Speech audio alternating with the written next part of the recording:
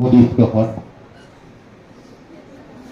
Laila Memorial academy কর্তৃক আজকের এই বিদায়ী সংবর্ধনা অনুষ্ঠানে এই সভার সভাপতি মহোদয়, মঞ্চে উপবিষ্ট এই বিদ্যালয়ের শিক্ষক শিক্ষয়িত্রীগণ, উপবিষ্ট কালীগঞ্জ এলাকার এই গৌরব এই উজ্জ্বল নক্ষত্র ডক্টর তৈবুর রহমান চৌধুরী মহাশয়, উপস্থিত খালিদ স্যার, উপস্থিত আব্দুল বাত্তা মহাশয় সহ অনেক শিক্ষক শিক্ষয়িত্রীগণ, সামনের সারিতে আমার প্রিয় ছাত্রছাত্রীরা।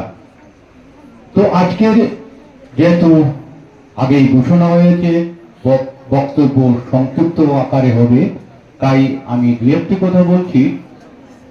ছাত্রছাত্রীদেরকে বলছি, আজকে যে বিদায়ী সংবর্ধনা অনুষ্ঠান, এটা শুধু আনুষ্ঠানিকতা।